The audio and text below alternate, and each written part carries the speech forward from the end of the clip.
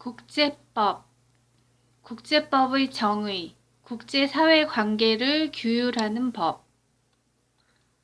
국제법의 내용, 주로 국가 간의 관계를 규율하나 일정한 경우 국제조직체와 개인에 대하여도 규율하는 법이다. 국제법은 국내법과 비교하여 법의 설정과 적용 및 집행에 있어 매우 불완전하게 보이는데 이로 인하여 일부 학자들은 국제법의 법적 성질을 부인하고 있다.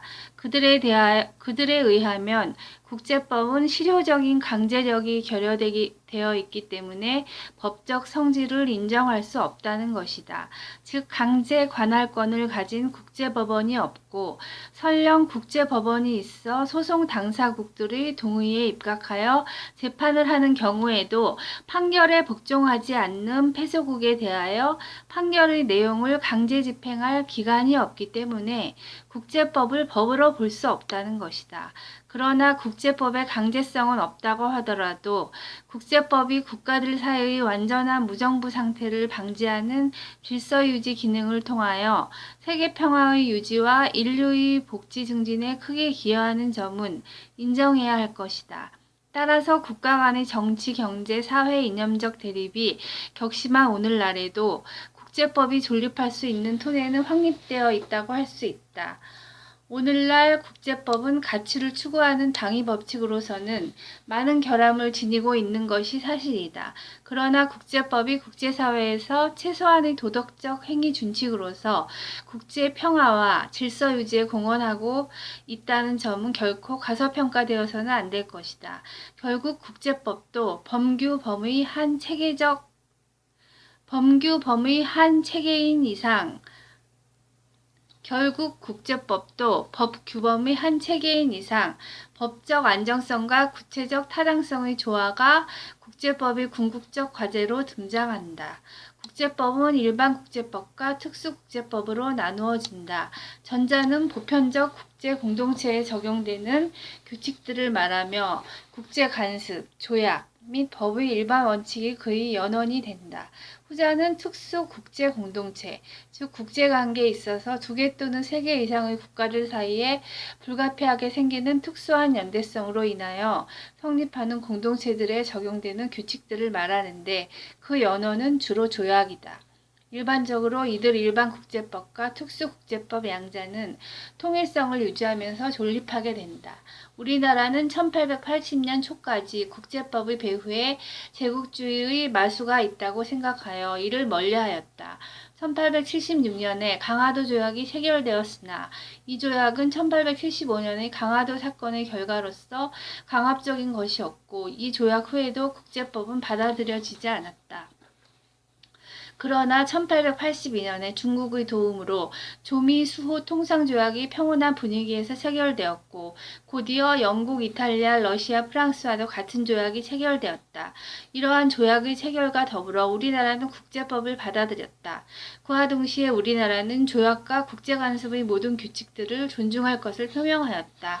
또한 중국어로 번역된 만국공법 과 공법회통이라는 제목의 유럽 국제법학자들의 저술들이 1880년대에 들어와 일부 식자들에 의하여 읽혀졌으며 오늘날의 외무부에 해당하는 부서에서 활용되었다. 그러나 조선시대 이 같은 법제의 도입과 조약의 체결에 관한 정책 및 노력은 국제법에 대한 중요성과 필요성을 절감하지 못하여 일관성이 결여되었다. 그리하여 국제법에 대한 전문가를 양성하지 않고 그의 보급도 등한시하였다. 국제법의 이해 부족은 외국에 의한 우리나라의 책임 추궁의 남용과 외국인들에 의한 치외 법권 등의 남용을 도와주었고 이러한 남용과 국제법의 일부 제도들에 대한 반대는 국제법 자체에 대한 반발로 나타났다. 즉 일방에서의 국제법의 수용 및 활용과 또 다른 일방에서의 그에 대한 반발이 공존하였다. 그 뒤 1905년 을사조약으로 일본에게 외교권을 강탈당하고 1910년 경솔국치에 의하여 주권을 상실당하면서부터 1948년 국권을 완전히 회복할 때까지 우리나라는 국제법 주체로서 공공연하게 행동하지 못하였다. 1948년 7월 17일 공포된 대한민국 헌법은 이 헌법에 의하여 비준, 공포된 조약과 일반적으로 승인된 국제법규는 국내법과 동일한 효력을 가진다고 명시하였다. 그 뒤 여러 차례의 개헌이 있었으나 이 규정의 내용은 그대로 유지되고 있다. 헌법상의 국제법규에 관한 규정은 우리나라에 대하여 효력을 갖는 모든 조약과 일반 국제법의 규칙들은 개별적인 특별한 입법 조처 없이 국내법적 효력을 가진다는 것을 의미한다. 이러한 국내법적 효력은 국제법이 고유한 효력인 국제법적 효력을 전제로 하여 아울러 국제법을 성실하게 준행할 우리나라의 결의를 표명한 것이다. 국제법과 관련된 우리나라의 학회 및 기관으로 1953년에 대한국제법학회가 창립되어 1956년부터 연 인류의 논총을 발간하고 있으며 연구 발표회를 가지는 등 활발한 활동을 전개하고 있다. 또 1964년에는 국제법협회 한국지회가 발족하여 오늘날까지 꾸준한 활동을 펼치고 있다. 국가 간에 묵시적으로 수락된 일반적 관행으로 법적 확신을 받은 법규범이나 국제관습법은 국제법과 관련하여 그 법원 또는 보편타당한 일반 국제법으로 중요한 고시를 한다. 이러한 국제관습법은 합리적인 고려에 의해 제정되는 조약보다도 역사적으로 앞서 존재하였으며 오늘날 국제법의 많은 부분이 아직도 관습법의 형식으로 존재하고 있는 점에서 국제법상 중요한 지위를 차지하고 있다. 현재 조약의 중요성이 날로 증대하고 있지만 국제관습법이 국제법에서 차지하는 중요성은 국내법상 관습법의 중요성보다 훨씬 높은 것이다. 국제관습법은 적용 범위를 표준으로 하여 모든 국가 간의 보편적 관행으로 행해져 모든 국가를 규율 대상으로 하는 보편 국제관습법, 특히 주요 국가를 포함한 다수의 국가 간에 행해지는 일반 국제관습법, 과 소수 국가 간에 행하여지는 특별 국제관습법으로 구분할 수 있다. 국제관습법은 보편적으로 타당한 일반 국제법으로서 중요한 지위를 차지하고 있으나 반면에 그 성립은 여러 국가의 관행을 기초로 하고 있기 때문에 내용의 불명확성을 면하기 어렵다. 따라서 관습법을 성문화하여 그 내용을 명확하게 하는 것이 필요하다. 국제관습법의 법 전환은 먼저 전쟁법의 영역에서 시작되었는데 1888년과 1907년의 두 번에 걸친 헤이그 평화회의는 전쟁법의 법전화에 상당한 성과를 올렸다. 평시법의 법전화에 관하여 1930년 헤이그 국제법 편찬회의는 획기적인 행사였으며 그 뒤 유엔 총회는 국제법의 점진적 발달과 법전화를 장려하기 위하여 1947년 국제법위원회를 설치하고 국제법의 법전화를 위한 준비 작업을 담당하게 하였다. 국제관습법이 성립하기 위해서는 다음과 같은 요건이 구비되어야 한다.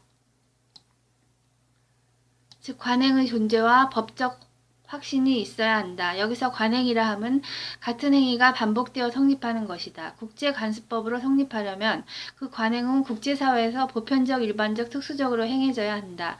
특히 중요한 일반적 국제관습법은 반드시 모든 국가에 의한 관행이 존재해야 성립하는 것이 아니라 주요 국가를 포함한 다수 국가의 강범위하고 통일적인 관행이 존재하며 그 관행의 성립에 반대하는 행위가 적극적으로 반복되지 않는 한 성립한다. 다음으로 그와 같은 관행을 준수하는 것이 의무적이라는 법적 확신이 확립되어야 하는데 법적 확신의 유무에 따라 단순한 자연적 사실인 국제관행과 법으로서의 국제관습법이 구별될 수 있다. 국제관습법은 이미 성립된 국제관행이 반복되면서 점차로 법적 확신이 형성되어 그것이 다수 국가의 실행에 의하여 확인되며 성립한다. 국제관습법은 모든 국가를 당연히 구속하지는 않으며 다만 그것을 묵시적 방법에 의해 법 규범으로 수락한 국가에만 효력을 미친다. 그 결과 국제관습법의 형성 과정 중 또는 형성 후에 국제관습법을 거부한 국가에게는 주권평등의 원칙상 적용되지 않는다. 대개의 경우 국제관습법은 그 지지국의 실력과 필요에 의해 효력 범위가 결정되는 경향이 있다. 효력 범위는 종류에 따라 보편적인 것, 일반적인 것, 특수적, 지역적인 것으로 나눌 수 있다.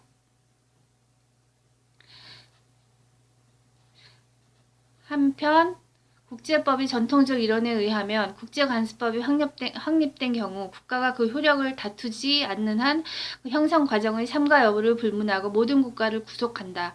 그러나 이러한 전통적 이론에 맹종을 거부하는 도전 세력이 등장하여 바야흐로 서구적 전통의 국제법은 커다란 시련에 직면하였다.